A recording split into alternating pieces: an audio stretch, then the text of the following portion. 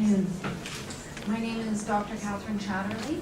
I'm the director of the Canadian Institute for the Study of Anti-Semitism based in Winnipeg, in Canada. And I teach history at the University of Manitoba as well. My presentation today is entitled The Anti-Semitic Imagination. It's extracted from the introduction of the book that I'm currently working on the history of anti-Semitic imagery. Paradoxically, I argue in this paper that anti-Semitism is one of the most historically determined phenomena in human history, but it is also characterized by a figure who runs consistently through the history of anti-Semitism like a red thread. The scholarly study of anti-Semitism has been a small, specialized enterprise, overshadowed and absorbed by the larger field of Holocaust studies. In fact, many of the classic studies of anti-Semitism were precipitated by the rise of Hitler and can be seen as attempts to explain the Nazi culmination of this millennial hatred. Scholars such as James Parks, writing from 1930, Cecil Roth from 1938, Joshua Trachtenberg from 1943, and Leon Polyakov from 1955 were all engaged in an investigative process of trying to comprehend how 6 million Jews could be annihilated in the very heartland of modern civilization. Historically, the field has interpreted anti-Semitism as a Western phenomenon, a product of Christendom, although one influenced by ancient anti-Jewish attitudes expressed largely by writers of the Roman Empire in the period between Nero and Hadrian. With our focus shifting today to so-called new forms of anti-Semitism, and I place new in quotation marks, and especially to that of the Islamic world, it is important to re-examine our assumptions and clarify once again our definitions about the history and nature of this phenomenon. Jewish tradition explains anti-Semitism as natural to the structure of human existence. Quite simply, Esau hates Jacob, always has and always will. This primal hatred of the Jews exists in all places and at all times, independent of culture or religion or socioeconomic circumstances.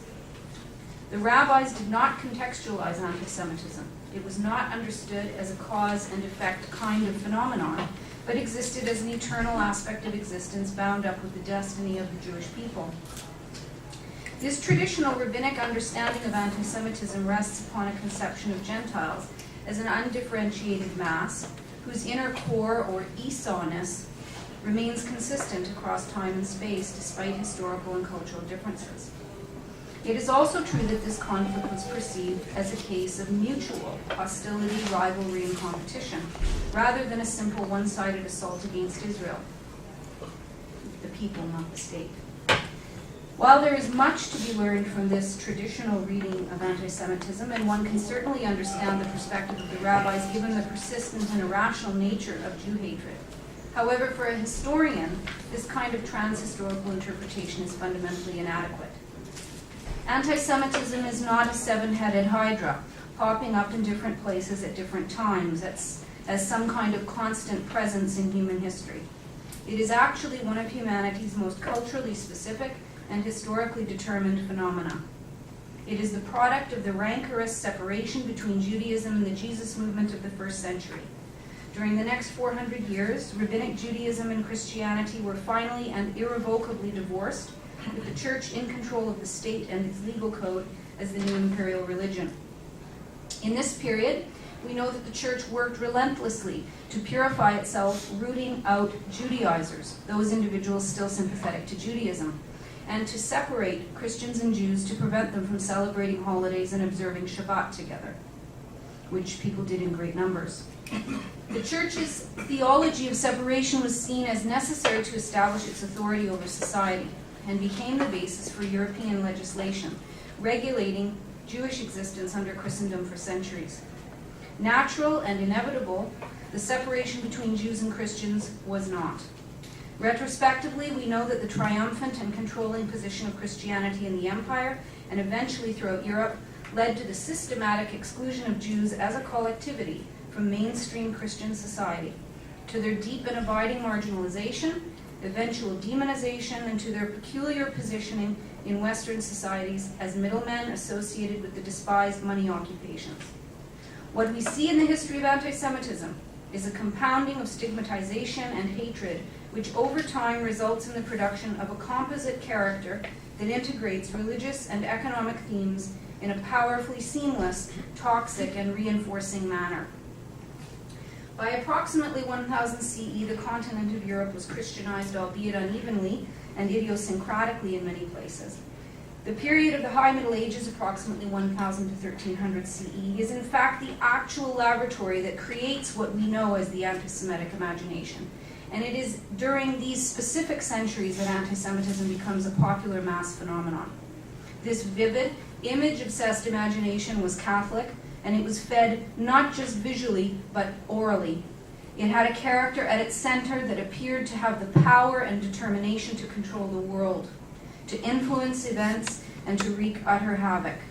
That character, that figment of the European Christian imagination, is the Jew, and I place that abstraction in quotation marks.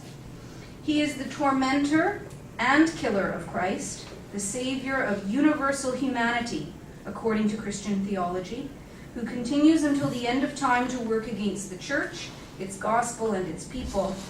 He is the ritual murderer and host desecrator who reenacts the crucifixion with these homicidal Jewish rituals. The well poisoner and the magician, both of whom were in league with Satan against Christian society, and of course the usurer who recalled Judas Iscariot, the archetypal traitor.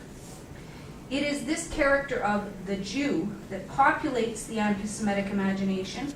It is by the appearance of this character that we know we are in the presence of anti-Semitism, and not some form of xenophobia or hostility, be they the product of culture, politics, or even personal conflict. Regardless of European region, religious denomination, language, or nationality, the characteristics of the Jew are remarkably consistent across time and space.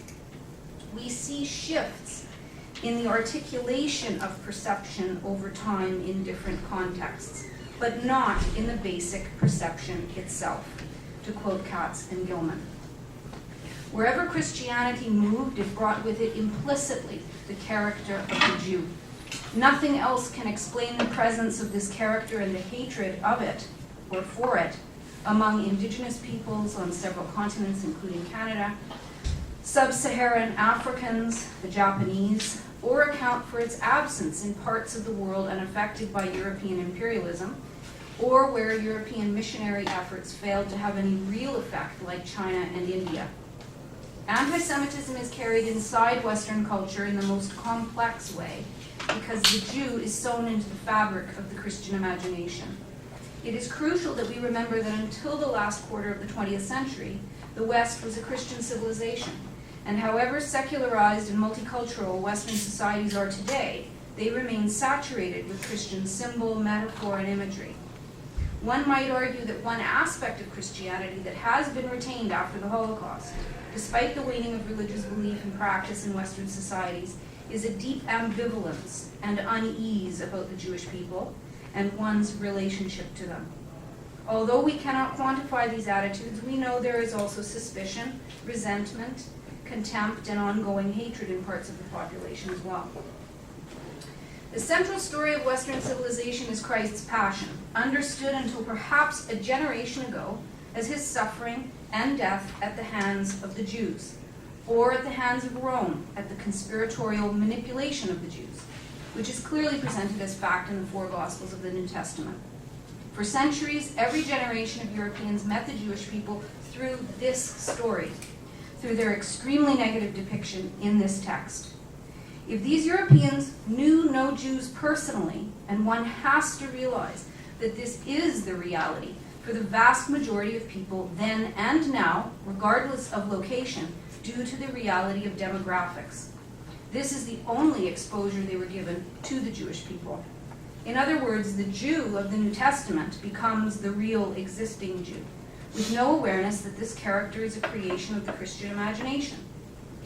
Over centuries of telling and retelling in Europe, the Gospels create a character who is a composite of several extremely negative figures: Caiaphas, Judas, and the character of the crowd, particularly as it's represented in the book of Matthew, who retain their Jewishness and therefore actually come to define it for Christians, while Jesus, his disciples, the Holy Family, Simon and Veronica, are freed of their Jewishness and are perceived as Christians instead. You have generations of Christians who do not know, historically, because they are never taught that Jesus, his mother, and the disciples are Jewish, or for that matter, that his beautiful and humane teachings emanate from Judaism and not Christianity, which of course didn't exist at the time. Rather, the Gospels depict the Jew as conspiratorial, vengeful, hateful, unrelentingly cruel, unforgiving, arrogant, blind to the truth, corrupted, especially by money, treasonous, criminal, and at bottom, evil. Every one of these characteristics is seen as fundamentally antithetical to good Christian behavior.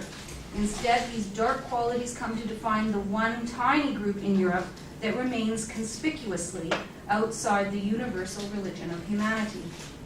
This dialectical relationship between Christians and Jews, which is rooted in theology and characterized by a psychological splitting, is one of the pivots of Western history. The history of anti-Semitism is a process of reconfiguration, the basic template of which is Christian.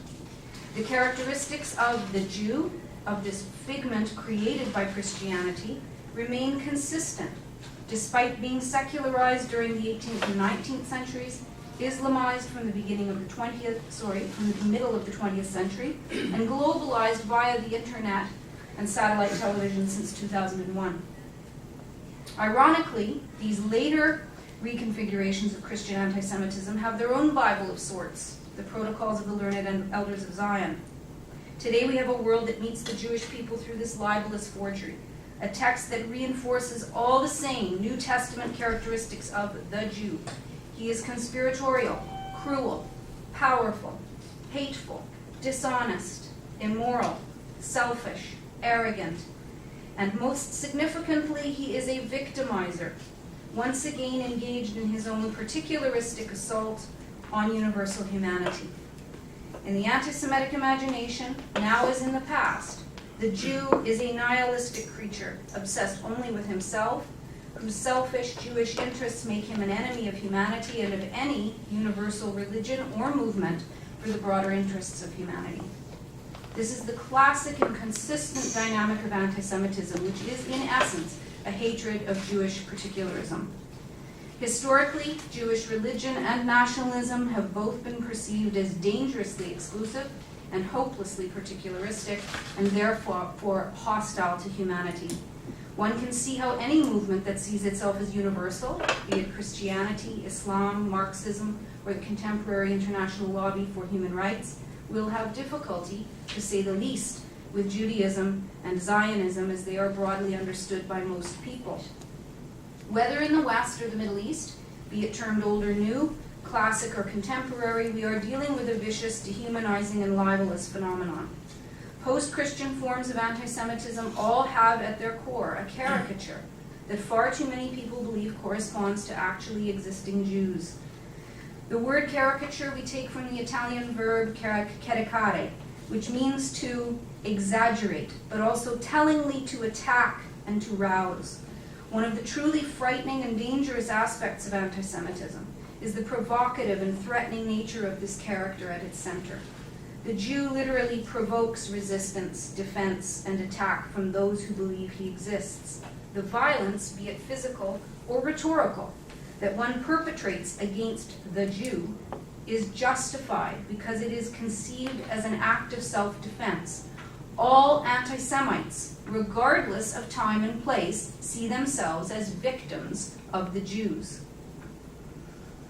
The general ignorance about Judaism, Zionism, and Jewish history in the world does not help matters today, nor does our own ever-expanding lack of historical knowledge and sensibility.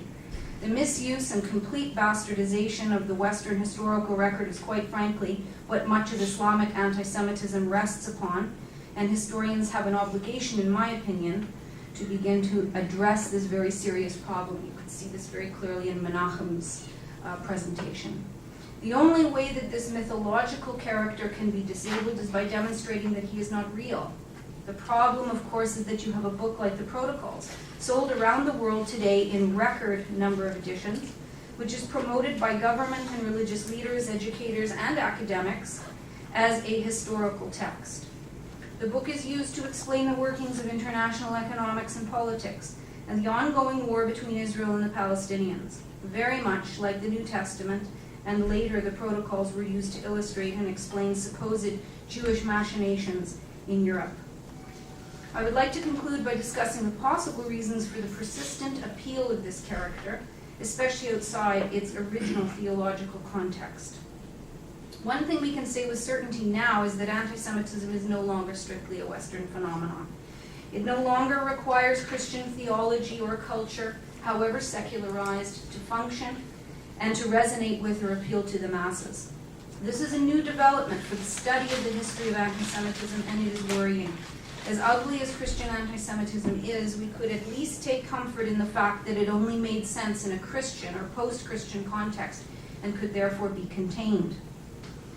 Anti-Semitism, unfortunately, is not only a function of religious theology or of culture, as we have until very recently thought, but also taps into our nature as human beings.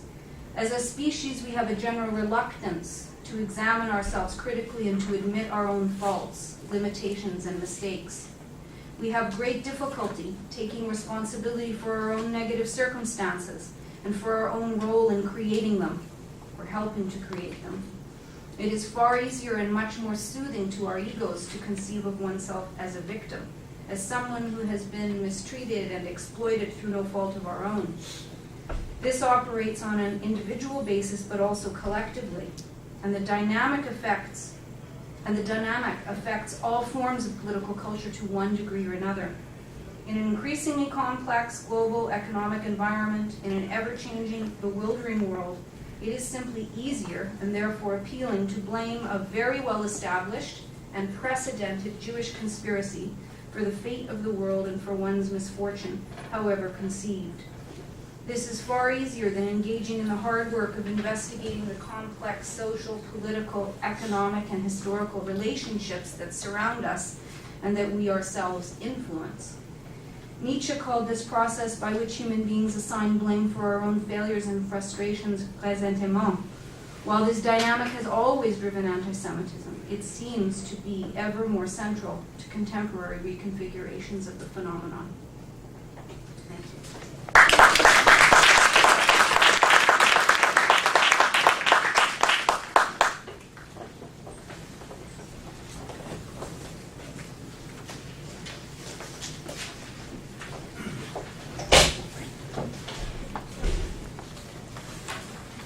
I'm so pleased to be invited to present a paper to this conference, and I am sad that we have to have this kind of conference. As King Henry VIII was reputed to have said to each of his many wives, I will now say to you, I will keep none of you too long. It is undoubtedly as true as it is distressing that the centuries-old phenomenon of demonizing, threatening, and persecuting Jewish people for who they are and not for what they may have done is still in existence today. One would have thought that after the Holocaust decimated European Jewry and the Allied victory over a singularly genocidal, racist, and anti-Western and anti-modernist regime, the persistent flames of Jew hatred would have been doused, becoming no more than a cottage industry of a few isolated lunatic clusters of reactionaries. Sadly, our observations show that this sanguine expectation requires dramatic consideration. For a resurgent viral anti-Semitism is growing into a far more global danger for Jews. And it's part and parcel of a recent worldwide wave of highly polarized intolerance toward what some philosophers call the other. Further, as the sentiment and guilt about the Holocaust recedes into historical and mnemonic oblivion, public expressions of contempt and intolerance for Jews seems to be gaining ground. In any case, my paper will offer a few random thoughts about this resurgent anti-Semitism. I shall briefly focus on two important areas of concern. Pope Pope Benedict XVI's apparent turn toward a more traditionalist understanding of Catholicism as it reawakens the Church's historical dogma, which has always proven so threatening to the existence of the Jewish people. And the Iran-Israel dispute, in which the Iranian leadership continues its genocidal incitement against the world's only Jewish state. For this paper's limited scope, I have chosen to sidestep other crucial anti-Semitic events, as current campus calls for boycotts against Israelis and products made in Israel, disruptive Israel bashers on European and American campuses like the University of California at Irvine, where an Israeli ambassador was shouted down disgracefully in February of this year, neo-Nazi marches in Europe, for example, in Hungary, random physical attacks on individual Jews and Jewish institutions around the world, Holocaust denial conferences, and effusions of cyber hate and cyberbullying and cyber-based recruitment against Jews and against Israel, and so on. However, I will concentrate my remarks specifically on two faith-based global communities, Catholics and Muslims. Statistically, they constitute together almost 1/3 of the world's 7 billion people. If we include all Christians, then the tally would be closer to 1/2. The fact that the Jews are a minuscule minority, perhaps 13 million, is relevant because anti-Semitism may flourish with or without a Jewish presence. Despite the significant conflicts and differences between and within these two communities, the Jewish people have had reserved for them a special nefarious standing in the New Testament and in the Quran. Each faith has a lengthy history of persecutory anti-Semitism and a scriptural basis from which to justify its actions against Jews. Since papal authority has such tremendous, though not always decisive, critical influence over the beliefs and behaviors of Catholics, and also because the Church's anti-Semitic history requires constant vigilance, a possible turn towards such past practices and beliefs should command our attention. Have to have a little refreshment. Similarly, some mainstream as well as extremists among Muslims often cite passages in the Quran unflattering and incendiary towards the Jews, to press their calls for a jihad or holy war. Jewish institutions and against Jews, and most prominently against Israel, and also against infidels and apostates. Admittedly, only a small fraction of the world's Muslims are anti-Semitic jihadis, but their increasingly successful efforts at recruitment to their various causes, especially when Islamic heads of state from Malaysia to Iran call for a genocidal anti-Semitism against Israel, and when the president of Iran removes government officials, like he did recently, the tourism minister from Spain, because they became too friendly to individual Israelis, any distinction between Israel and its Jewish citizens or Jews in general as the genuine target of their animus tends to collapse. As one astute non-Jewish writer observes, there is anti-Semitism, that is Jew hatred, and anti-Zionism, with its anti-Semitic and purely political forms. For example, in Europe, a cause might, and I'm quoting him now, a cause might advance in the name of anti-Zionism, but Europe's Jews were being attacked because they were Jews. In practice, anti-Semitism and anti-Zionism were approving and disapproving ways of describing the same thing. In regard to both faith-based communities, noted above, it is impossible to know for certain how many of their adherents harbor anti-Jewish beliefs and sentiments, which lie dormant and are aroused under a conducive mix of favorable circumstances. Thus, their leaders' words assume a much greater importance and influence than those of ordinary people. Generally, as we have learned from the incessant barrage of abiding anti-Jewish propaganda in the case of pre-Hitlerite Germany, This was the foundation upon which the Nazi regime implemented its final solution. Government encouragement of anti-Semitism, as in Iran, like in Germany, with its proxies Hezbollah and Hamas, must be taken very seriously. In that, so many fine scholars have contributed to the voluminous body of literature tracing the historical roots, causes, and diverse forms of anti-Semitism, I will assume the reader's knowledge of these matters. So I will not approach this well-researched topic systematically in this paper. In a qualified sense, the current waves of anti-Semitism may be called anti-modernist. Usually, modernism refers to the following: the presupposition that the seat of moral and socio-political value resides ultimately in individual autonomy, with each person being entitled to equal moral consideration, the principle of moral equality, the doctrine of universal, natural, or human rights, and the concomitant principles of freedom of expression, toleration, and multicultural diversity, the free market economies of capitalism, the democratization of societies, the standard of scientific rationality, and the idea of inevitable progress in history, and also, of course, respect for the institution of a just rule of law, namely constitutionalism. Anti-modernism, for the present purpose, is a manifest repudiation and exploitation of the aforementioned themes of modernism to serve certain parochial, reactionary interests in the context selected. The net effect of the anti-modernist impulse is, in my opinion, to enlarge the public space for tolerating virulent and deadly expressions of customary anti-Semitic beliefs.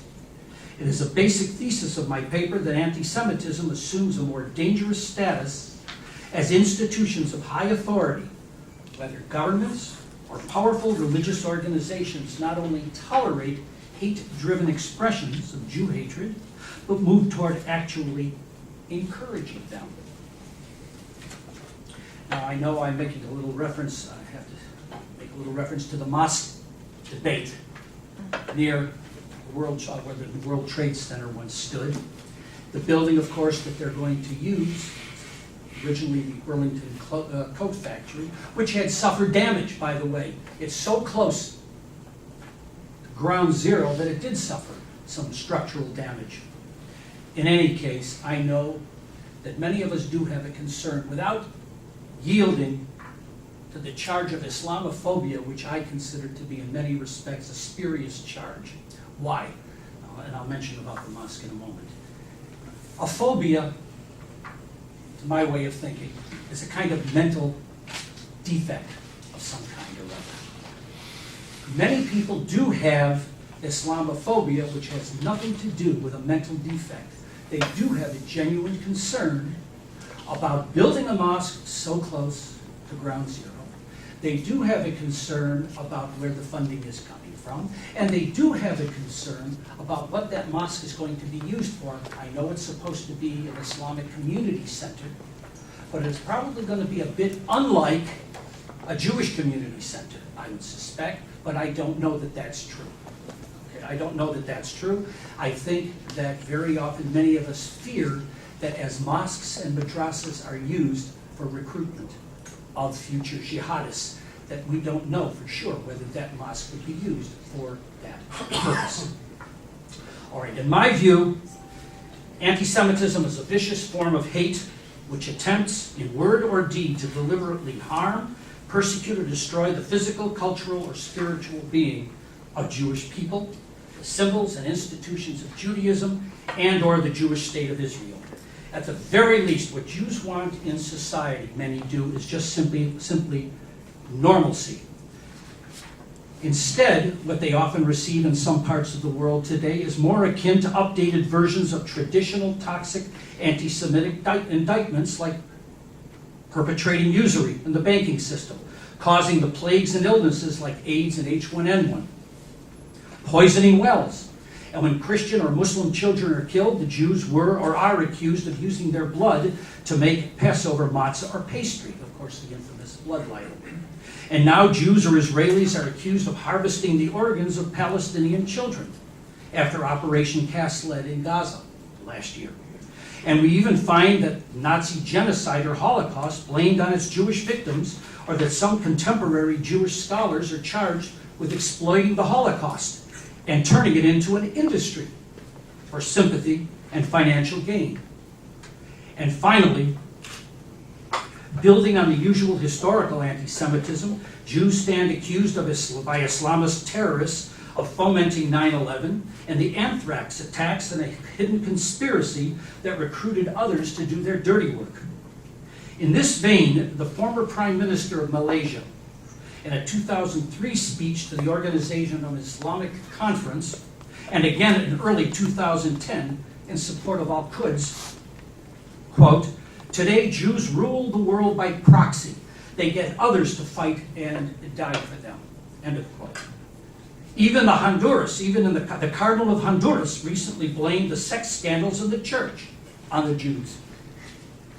Borrowing from centuries-old scripture-based Christian anti-Semitism, many Arab and Muslim governments and their controlled media use such hate-bound defamatory items such as the notoriously anti-Semitic Protocols of the Elders of Zion, a late 19th century tract thought to originate with the Okhrana, the Tsarist police in Paris. I understand that many hotels from Jordan to Egypt and Iran carry copies of the protocols, like we often carry copies of the Bible in our hotel rooms. Egypt broadcast in 2002 a series based on the protocols called A Night Without a Horse, and Saudi, Egyptian, and Palestinian newspapers like Al-Riyadh, Al-Akhbar, and Al-Quds often publish excerpts, along with Nazified cartoons, caricaturing Jews and Israelis, and many textbooks and madrasas teach and preach the protocols. What is this anti-Jewish screed of which the Nazi Reich's propagandists made such vitriolic use? It accuses Jews, all Jews, everywhere and every when, of attempting to seize the reins of global power through the manipulation of banks and other financial institutions, the media, and the cultural and political institutions of all countries. For example, in the first protocol, it asserts that the real power of the Jewish world conspiracy is invincible because it is invisible. The pervasive fear of the hidden hand of the Jews, which works behind the visible, has become a centerpiece of anti-Semitism today. As with other paranoid conspiracy theories of this sort, it is clear that if evidence of a conspiracy is lacking, the conspiracy theorists claim that the lack of evidence is proof positive of a secretive conspiracy. That is, if one cannot prove that ghosts do not exist, then it's assumed that's as evidence that they do. Perhaps it was that during the European Enlightenment and owing to the rise of liberal society, with its individual rights-based freedoms, that the Jews were accused of or suspected of using their newfound freedoms for devious, hidden, self-interested purposes, meaning that from society's perspective, Jews are basically cosmopolitan and ruthless. I ask then, with 5 short minutes remaining while I do my dance, is there an emerging downturn in Catholic-Jewish relations? Pope Benedict XVI's policy towards the Jews is becoming problematic because it gives the appearance of inconsistency, backsliding, or cynically worse. His 2 predecessors gave the Jewish people and progressive Catholics substantial reasons to believe that the Catholic Church is finally done with tormenting Jews, and accordingly was actively purging its liturgy of the teachings and interpretations which powered so much of its persecutory anti-Semitism by its adherents for so many years, for so many centuries. Indeed, 45 years ago, the Second Vatican Council in 1965 issued its landmark Nostra Aetate in our time. It explicitly rejected the charge of deicide and held that the Jewish people are not culpable for Jesus' crucifixion. Further, it asserted that they, the Jews, remained, quote, most dear to God. This stunning reversal of the Church's previous triumphalism and supersessionism would mark a dramatic and official, it was hoped, irreversible change in Catholic-Jewish relations in the future. Another illustration is that the Catholic liturgy would have expunged from it a prayer calling for the conversion of Jews. Of course, this prayer implies the superiority of Catholicism. It would then seem to follow that the case for sainthood for the Jewish-born Carmelite nun, Edith Stein, would be put on hold indefinitely. She converted to Catholicism because she hoped it would help her to escape a one-way trip to the Nazis' final solution. It did not, for she too perished in the Nazis' exterminative machinery. Also, on the positive side of the ledger, there have been a number of interfaith services, papal visits to synagogues and to Israel, as well as other genuine efforts by some Catholic and Protestant clergy and theologians to underscore the ecumenical idea that the Jews are to be regarded as elder brothers instead of as a dangerous, expendable, God-forsaken leftovers from pre-Christian times. However, the current Pope is raising the specter of the reversibility of the irreversible, sanguine prospect for further improvement in Catholic-Jewish relations. The senior correspondent for the National Catholic Reporter, John Allen Jr., has tried to give an account of Benedict's Jewish policy because its patent inconsistencies are raising some serious warning signs in parts of the Jewish community. Allen Jr. explains that such inconsistencies are at best merely apparent, which ultimately resolve into coherency, says he, once outside observers, presumably Jews, understand that Benedict is really addressing Catholics and only Catholics. His goal, says Allen Jr., is to purge the Church of the elements of secularism. Moreover, Allen states that the Pope's policy may not be everything some Jews desire, but at this moment in Catholic history, it may well be as good as it gets. End of quote. In brief, some of these inconsistencies involve the rehabilitation of the Holocaust-denying Bishop Williamson, moved Pope Pius XII, wartime Pope whose public record in the face of the Nazi genocide was, according to the public records released so far, mostly silence, a step closer to sainthood, and reintroduced a Good Friday prayer that calls for the conversion of Jews. Granted, this German Pope visits synagogues and Nazi death camps and couples these important gestures with professions of abiding and meaningful esteem and affection for Judaism. But it is important to remember the Catholic Church's centuries-old religion-based persecutory anti-Semitism. Given this dreadful history, in light of Benedict's predecessors' ecumenical efforts to confront and reverse some of the Church's doctrinal basis for religious anti-Semitism, the inconsistencies in Benedict's policies reignite the embers of mistrust and fear in the hearts of many Jews.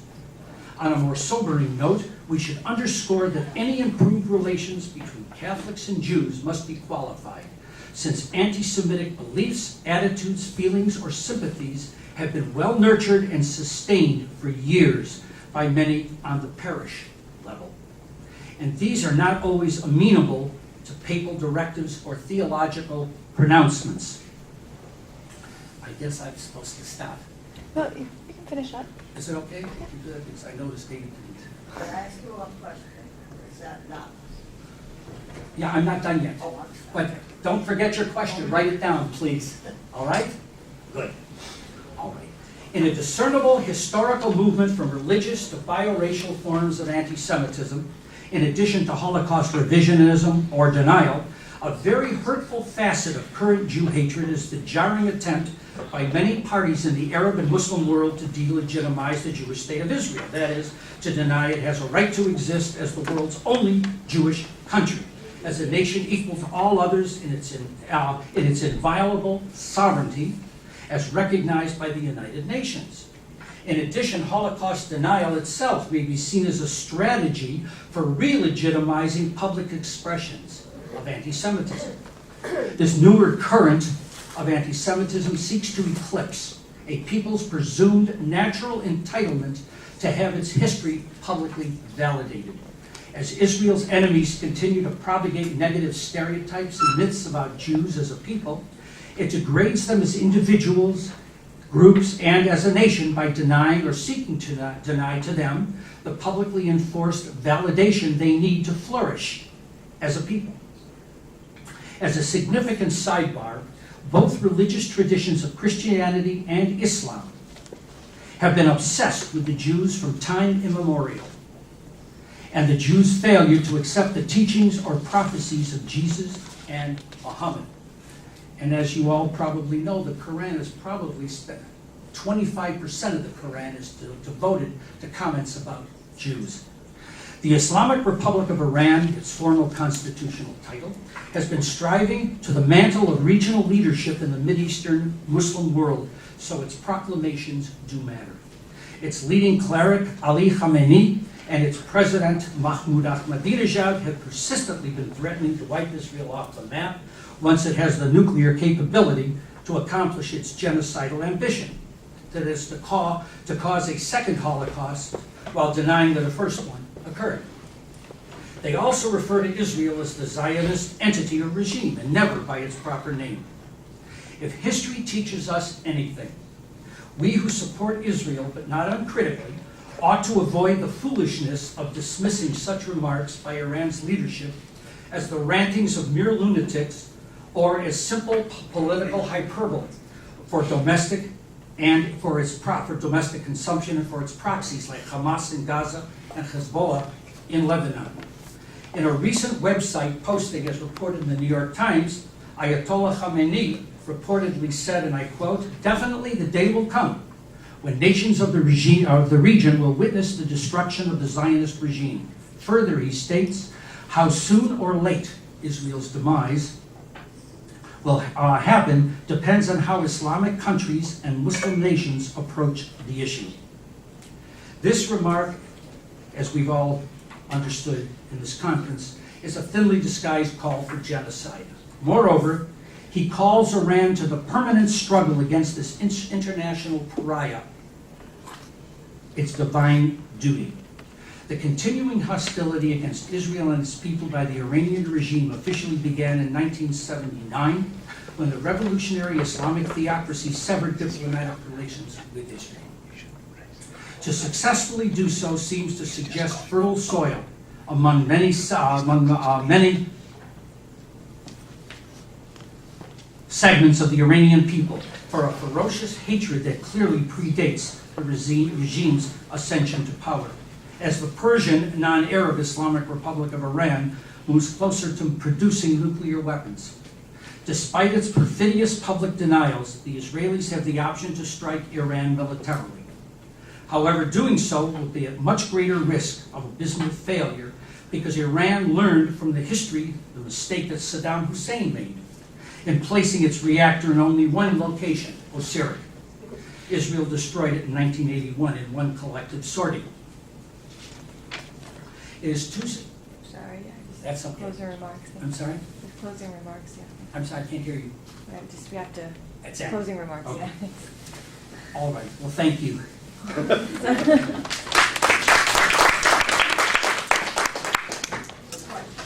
So, How is it? he's sorry, I should have said that. He's fine. He's well. Anti-Semitism can be a killer. He's well. He just the flight and everything. He's fine. But I did feel a bit like Michael Moore, sort of measuring the American health system. Actually worked quite well. So I'll try and get into the game. But apologies to the two previous speakers for not being here. Okay, thank you. Right. The title of the paper is different from the program, I'm afraid. For the Agambanites who wanted to hear about state of exception and ontology, that is half completed on my computer. The theme of that paper was that once you start ontologizing politics, you end up ontologizing everything, and then I was going to go on with Badiou, but that's not what I'm going to do today. What I'm going to do today is called The New Europe, Holocaust Memory and Anti-Semitism. And if you don't mind, I'm going to read it, but try and read it in a sort of engaging tone. So, The New Europe, Holocaust Memory and Anti-Semitism. Introduction. This paper is part of a larger project that looks at the ways in which the Holocaust comes to be subsumed within the discursive framework of contemporary forms of anti-Zionism, anti-Semitism, and/or anti-Zionism. Here I examine this tendency as it plays itself out at the intersection of two interrelated narratives: the construction of the new Europe and its self-legitimizing by the transmission of the Holocaust to, or the concept of the Holocaust, to Holocaust memory.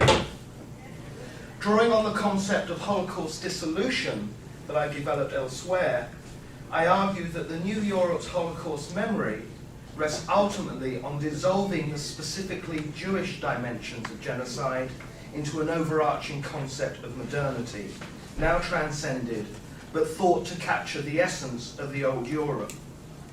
Two consequences follow from this premise. The first is the strict equation made of genocidal anti-Semitism and modernity, and second, intimately related consequence, is the theoretical inability to recognize non-genocidal anti-Semitism, not only in the old Europe, but also in its new incarnation. I argue finally that it is this lack of recognition of even the possibility of anti-Semitism that accounts not only for the denials of claims of contemporary European anti-Semitism, but also the venom with which those claims are met and accusations of bad faith and Jewish particularism that accompanies them. The first section is New Europe, the Holocaust and Holocaust Memory. And here I start with a quote from Robert Fine. Shall I not make it to the end of the quote? Please do what we've done. Writing in a recent essay, Fine offers a succinct account of the nature of Holocaust memory within the legitimizing practices of the new Europe. It's worth quoting at length. It's a paragraph. After 1989, the Europeanization of Eastern Europe drew the former satellite centuries of the countries of the Soviet bloc into the orbit of Holocaust commemoration. The Holocaust and Auschwitz became universal references for absolute evil. In this context, one temptation is to give the story of European anti-Semitism a happy ending, and to pay tribute to the success of the new Europe in transcending its longest hatred. Anti-Semitism is tucked safely away in Europe's past, overcome by the defeat of fascism and the development of the Soviet Union. The rise of political anti-Semitism in the late 19th century and its consolidation as an exterminatory anti-Semitism in the 20th century are associated with the ethnic nationalism that prevailed in Europe at the time.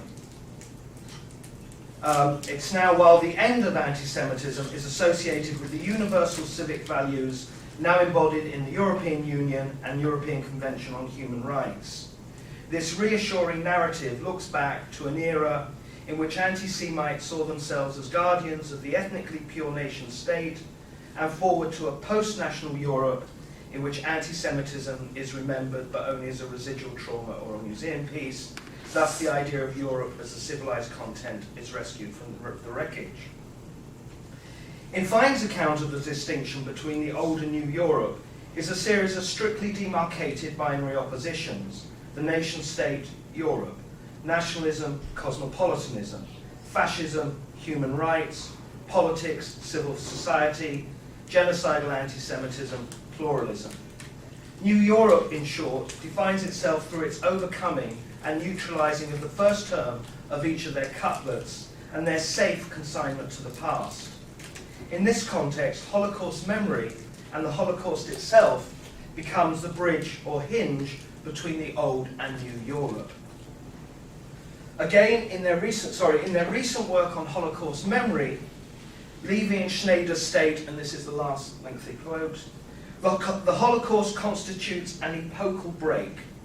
It has therefore the potential of challenging basic national assumptions, like sovereign law in its own territory, and creating a cosmopolitanized public and political space that reinforces moral dependencies. What has pushed the Holocaust to such prominence in public thinking has been the indispensable role it has served in the transition from a world of national sovereignty to a world of interconnectedness, and toward a more cosmopolitanized global society, of which the proliferation of human rights regimes is a prominent manifestation. We see here again the Holocaust cast in the role as epochal break between the old and the new, and as containing the potential of bringing into existence the new, whether in Europe or elsewhere. But we also see a further oppositional couplet, that of Holocaust and of Holocaust memory. Again, the first term is consigned to the past, quite rightly, and the second is seemingly rooted in the present. However, in the content of their representation of the Holocaust, both in itself and in the context of New Europe's Holocaust memory, there is a line of continuity that crosses this assumed demarcation. That strand of continuity is what I refer to as Holocaust dissolution. More specifically, I argue that the presentation of the Holocaust as Holocaust memory dissolves the praxis of genocidal anti-Semitism into a general or universalized account of the old or modern Europe, in such a way that any recognition of its particularities that may account for the genocide are lost as is the ability to recognize non-exterminatory forms of anti-Jewish hostility. In the following section of the paper, which I won't discuss today, I look at how critical theory has dissolved the Holocaust, the genocide of the Jews, into the general overarching structures of modernity. Modernity becomes genocidal. And in that way, the particularisms of the Jewish dimension gets lost. And there's been a move recently to the political, so therefore it becomes nothing but an object of political will. However, I'll leave that aside. I've discussed that elsewhere in my work. But what I'll do here, for about the next 5 minutes or so, is look at Holocaust memory and Holocaust dissolution. All that remains, from what I said earlier, in post-national and postmodern Europe is the memory of the Holocaust. But it is less a memory of the Holocaust itself than a memory of the modernity into which the Holocaust was dissolved. Separated from the structural conditions that is said to make it possible, the Holocaust of New Europe's memory becomes nothing more than a symbol. It is a symbol, however, not of anti-Semitism per se, genocidal or otherwise, but of the old Europe itself. The old Europe fragmented into nation-states, along with its concomitants of national sovereignty, nationalism, and the genocidal impulse that is said to be inherent within it. Expressing its distance from the world that made the Holocaust possible, the new European symbol of the Holocaust is recast in the language of morality. The symbol's purpose and function is to serve as a warning to be sounded whenever and wherever any of the tendencies of the old Europe threaten to appear or reappear. The moral imperative contained in the symbolism of the Holocaust is contained in the maxim, "Never again Auschwitz." It is to this symbolic value that Dubell refers in his article, "The Remembrance of the Holocaust as a Catalyst for Transnational Ethics." It's a question. When he notes that, again a small quote, "For the Holocaust now provides a meta-narrative for sufferings inflicted for political reasons. It has turned into the supra-denominational passion story of late modernity. Concepts, symbols, and images are taken out of their immediate context and are employed to code in a single term the collective pain that people inflict on others. The symbolic repertoire has been adopted by political groups all over the world who are subject to extreme pain and distress. It is present in the political defense of human rights, in the remoralizing of diplomacy, and in the turning away of the morally neutral realpolitik." We see here an example not only of Holocaust dissolution and resurfacing as post-national and postmodern symbol, we also see its resurfacing within the register of morality. Symbolic representation within this register forms a context in which claims of contemporary anti-Semitism are denied and creates the conditions for the particular intensity of those denials. Perhaps the most concise way to explain this aspect of Holocaust dissolution is by analogy with Adorno and Hawkheimer's critique of commodification. For Adorno and Hawkheimer, commodification is the process whereby unique and distinct elements of nature are caught up within the near-universal realm of exchange. As a condition of entry, each individual element has to become exchangeable for all others. As a consequence of this demand, any specific or particular quality that inheres within them and which obstructs that exchange has to be expunged. It is only when emptied of such content and reformulated in strictly formal and hence universal terms that an element becomes a commodity and can take its place within the exchange realm of the economy. To me, this notion of commodification marks discussions of New Europe's adoption and adaptation of genocidal anti-Semitism as a moral symbol and explains the dissolution of the specificities of the Holocaust into formal universal terms. The point comes to the fore almost immediately in Levy and Schneider's and Dubai's work on Holocaust memory. Depicting its symbolic value in terms of its abstract nature of good and evil, quote, that was a quote, the Holocaust can only serve its role as universal warning and call to action once it has been abstracted from, or rather emptied of, its particular elements of its historical occurrence, including, of course, its specifically Jewish dimensions, among which is the presence of anti-Semitism. It is only in such circumstances that the Holocaust, now presented in abstract, formal and universal terms, is free to play the symbolic role allocated to it. In such a form, it takes its place as an ethical commodity within the exchange realm of New Europe's moral economy. It is only at this stage, therefore, when the Holocaust becomes freely exchangeable for any other number of situations, is its dissolution, a dissolution inherent in its symbolic value, is it complete. It is as a consequence of such commodification, and the dissolution of which it is a part, that Levy and Schneider note, the Holocaust is now a concept that has been dislocated from time and space, precisely because it can be used to dramatize any injustice, racism or crime perpetrated anywhere on the planet. However, as Adorno and Hawkheimer argue, what cannot be contained within the commodity, that is, its particular aspect of the natural element that resists and obstructs its universalization, that content reappears in the image of a threatening and unpredictable, untamed nature. Whilst on the one hand, the commodity's formal attributes permits its inclusion in the realm of exchange, on the other hand, its now expunged particularities, I've given up trying to say specificities, its now expunged particularities, that which obstructs such entry, are recast as nothing more than an irrational remnant of the past, or as no more than a superstitious myth having no place in the increasingly rationalized, i.e. commodified world. These particularisms are rejected in that world and they become that which cannot be recognized and subject to the status of taboo. Let me now make more direct this analogy between Holocaust memory and the twin aspects of Adorno and Hawkheimer's conception of commodification in order to shed light upon the intense denials by many to claims of contemporary anti-Semitism. Read into the very fibre of modernity of the old Europe, genocidal anti-Semitism takes on the appearance of a natural phenomenon and is raised to the status of a law of nature.